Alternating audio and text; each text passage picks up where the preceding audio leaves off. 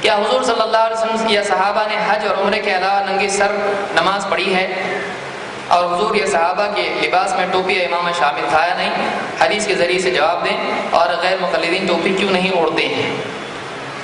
جہاں تک کہ اللہ کے نبی صلی اللہ علیہ وسلم کا حج و عمرہ کے علاوہ ننگے سر نماز پڑھنا، تو اس کا عمل یا نفی دونوں میں کوئی ہم کو جواب نہیں ملتا ہے۔ اللہ کے نبی صلی اللہ علیہ وسلم کا عام طور سے معمول جو ہے یعنی سر ڈھانپنے کا تھا۔ سر کھلے رکھنے کے تعلق سے اللہ کے نبی صلی اللہ علیہ وسلم کی وہی حدیث ہے جیسے یہاں پر اشارہ کیا گیا کہ حج اور عمرہ میں سر کھولنے کا ذکر ہے۔ صحابہ کے بارے میں مسلم کی روایت ہے، مجھ کو صحابی کا نام مستحضر نہیں ہے، انہوں نے کہا کہ ہم ایسے حال میں فلاں صحابی کی عیادت کے لیے اٹھے کہ ہمارے پاس نہ پہننے کے لیے جوتیاں تھیں، نہ بدن پر ڈھنگ کے کپڑے تھے اور نہ سر پر ٹوپی تھی۔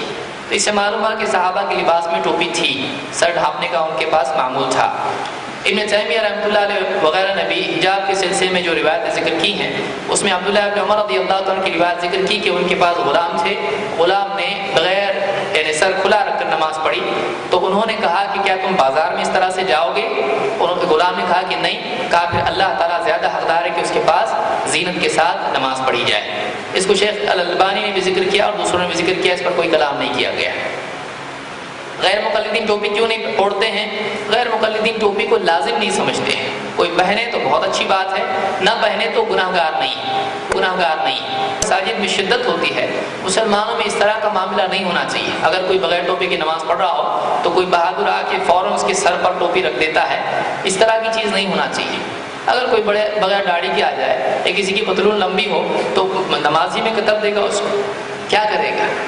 آپس میں اختلافات مسلمانوں میں ہیں، اس میں ایک دوسرے کے لیے وسعت ہونی چاہیے۔ ایک آدمی کہے بھائی ٹوپی پہنا کرو، بغیر ٹوپی کی مت پڑھو، اگر کہے تو کوئی بری بات نہیں، ہم کو بھی ماننا چاہیے۔